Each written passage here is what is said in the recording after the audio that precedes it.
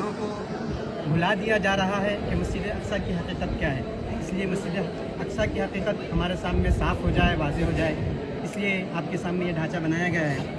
اب سب سے پہلے اس کا ایک بڑا تاریخی پس منظر ہے, ایک لمبی تاریخ ہے.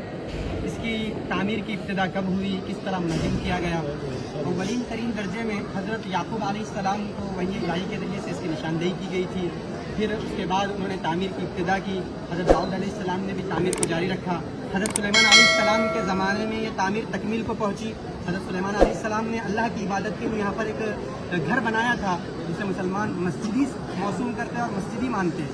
لیکن یہودیوں کا یہ کہنا ہے کہ حضرت سلیمان علیہ السلام نے یہاں پر ایک ہیکل بنایا تھا جسے وہ ہیکل سلیمانی کے نام سے یاد کرتے ہیں, اور اسی بنیاد پر وہ اس جگہ پر اپنا حق بھی جتلاتے ہیں. اور بنی اسرائیل کے اکثر انبیاء علیہم السلام کا یہاں سے تعلق رہا ہے, تو اسی بنیاد پر وہ اپنا حق جتلاتے ہیں. اب یہاں پر وہ ہیکل کو سب سے پہلے جس نے مسمار کیا اور ڈھا دیا تھا وہ بخت نصر نامی ایک بادشاہ ہے جس نے 589 عیسوی میں اس کو منہدم کر قبل مسیح میں اس کو منہدم کر دیا تھا اور ڈھا دیا تھا. اس کے بعد اس نے یہودیوں کو یہاں سے اس شہر سے جلا وطن کر دیا, نکال دیا. پھر ایک شہنشاہ فارس جس کا نام سائرس اعظم بتلایا جاتا ہے, اس نے اس علاقے پر اپنی حکومت قائم کی, قبضہ کیا. پھر یہودیوں کو یہاں لا کر بسایا. دوسری مرتبہ یہودیوں نے پھر اپنے ایک بادشاہ جس کا نام ہیرود اعظم ہے اس کی زیر نگرانی میں ایک اور ہیکل تعمیر کیا جسے بھی ہیکل سلیمانی کہا جاتا ہے. پھر اس کے بعد ایک رومی جنرل تھا جس نے 70 عیسوی میں اس پورے ہیکل کو مسمار کر دیا جس کو ٹائٹس کے نام سے یاد کیا جاتا ہے, اس رومی جنرل کو. پھر 4 صدی عیسوی میں ان تمام رومیوں نے مسیحیت قبول کر لی اور عیسائی مذہب کو اپنا لیا. پھر یہاں پر انہوں نے اس کی بنیاد پر بڑے بڑے گرجے گھر تعمیر کروائے, اپنی عبادت خانے بنوائے. اس احاطے کی جو مقدار پیمائش رقبہ ہے کم و بیش 36 ہیکٹر پر پھیلا ہوا ہے.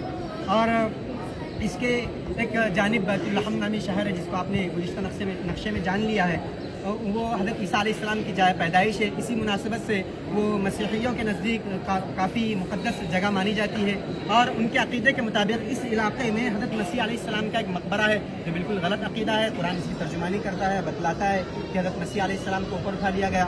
اب یہ مسیحیوں کے قبضے میں رہا, مسلمانوں کے قبضے میں کب آیا, اس کی تاریخ کچھ اس طرح ہے کہ حضرت عمر رضی اللہ تعالیٰ عنہ کے زمانے میں عہد فاروقی میں اس کو مسلمانوں نے اپنے قبضے میں لیا. حضرت عبید اللہ بن جراح رضی اللہ کے زمانے میں حضرت عمر رضی اللہ تعالیٰ عنہ کی خلافت کے دور میں اس کو اپنے قبضے میں لیا, اور اس وقت یہ بالکل مسمار ہو چکا تھا. حضرت عمر آئے, یہاں پر اس جگہ کو صاف کیا.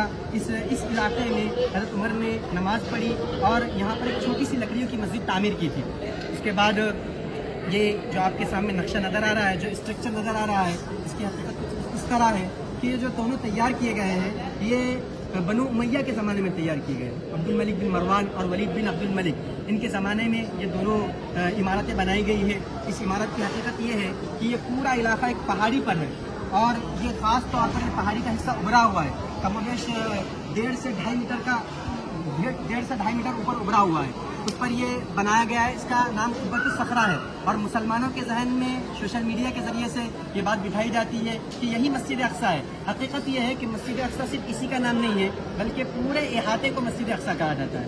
مسجد اقصیٰ حرم قدسی کو, یہ پورے علاقے کو مسجد اقصیٰ کہا جاتا ہے. اور مسلمان جو اس مسجد کو مسجد اقصیٰ کہتے ہیں اس کی وجہ اور بنیاد یہ ہے کہ انہوں نے نماز پڑھنے کے لیے اس علاقے کو خاص کر دیا ہے, اس لیے اس کو مسجد اقصیٰ مسلمان کہتے ہیں. اور یہ مسجد اتنی شاندار ہے کہ اس کے اندر سنگ مرمر کے پتھر جڑے ہوئے ہیں اور مختلف قسم کی کاریگری قرآنی آیاتیں وغیرہ لکھی گئی ہے, اور ایک وقت میں 3 سے 3,500 لوگ اس میں بآسانی نماز پڑھ سکتے ہیں.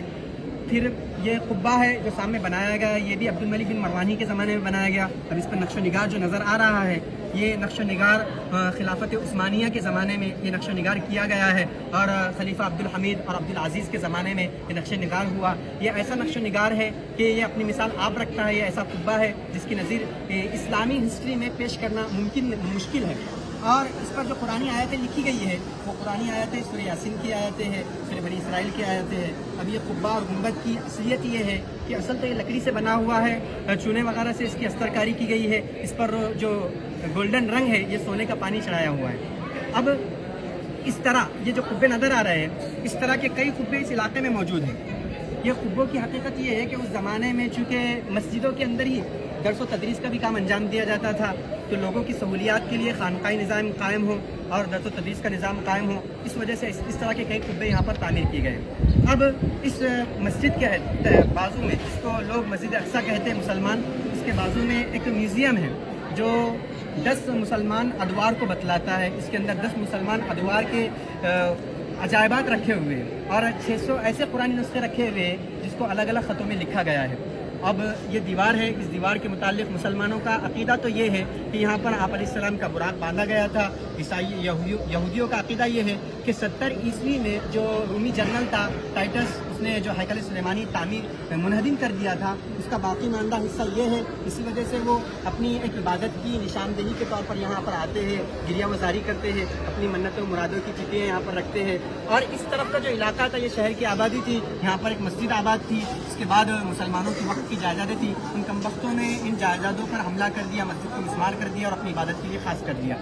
اب وہاں پر ایک کنواں نظر آ رہا ہے۔ اس کنویں کی حقیقت یہ ہے کہ اس طرح کے کم و بیش 25 کنویں اس احاطے میں بنے ہوئے ہیں تاکہ جو زائرین آتے ہیں ان کے لیے پانی کا صحیح طور پر انتظام ہو سکے۔ وہ کنویں کی آپ کو شکل نظر آئے گی، یہ ایک فاؤنٹین اور فوارہ بنا ہوا ہے۔ اس کے سلسلے میں یہ ہے کہ صلاح الدین ایوبی رحمۃ اللہ علیہ نے اپنے دور میں اس کو مسلمانوں کی سہولیات کے لیے اور مسلمانوں کے پانی کے انتظام کے لیے تعمیر کیا تھا۔ اس باؤنڈری میں کم و بیش 14 دروازے ہیں۔ ایک دروازہ نمونے کے طور پر بنا دیا گیا ہے جس کو گولڈن ٹیمپل کہتے ہیں۔ یہاں پر سلیمان علیہ السلام کا استبل کہا جاتا ہے اس کو۔ پہلے زمانے، اب تو اس کی کوئی علامت اور نشانی باقی نہیں رہی، بلکہ یہاں پر ایک نیچے تل میں ایک مسجد ہے جس مسجد مروان کہا جاتا ہے، اور وہی مسجد کے متعلق یہ بات بھی ہے کہ یہی وہ مسجد ہے جہاں مریم علیہ السلام رہا کرتی تھی، اور یہ اب اس کی کوئی حقیقت باقی نہیں رہی۔ اسی طرح ہم یہ آپ کے سامنے جو اسٹرکچر اور پورا نقشہ پیش کر رہے ہیں، مقصد تو یہ ہے کہ کسی نہ کسی طرح ہمارے ذہن میں مسجد اقصیٰ کی یاد تازہ ہو جائے اور یہ بات ہمارے ذہن میں آ جائے کہ مسجد اقصیٰ کیا ہے، کیا حقیقت ہے، تاکہ ہمارا جو اس سے رشتہ ہے وہ مضبوط سے مضبوط ہوتا جائے اور ہم اس کے سلسلے میں فکر اور کوشش کریں۔ اللہ تعالیٰ سے دعا ہے کہ اللہ تعالیٰ اس بات کی توفیق عطا فرمائے۔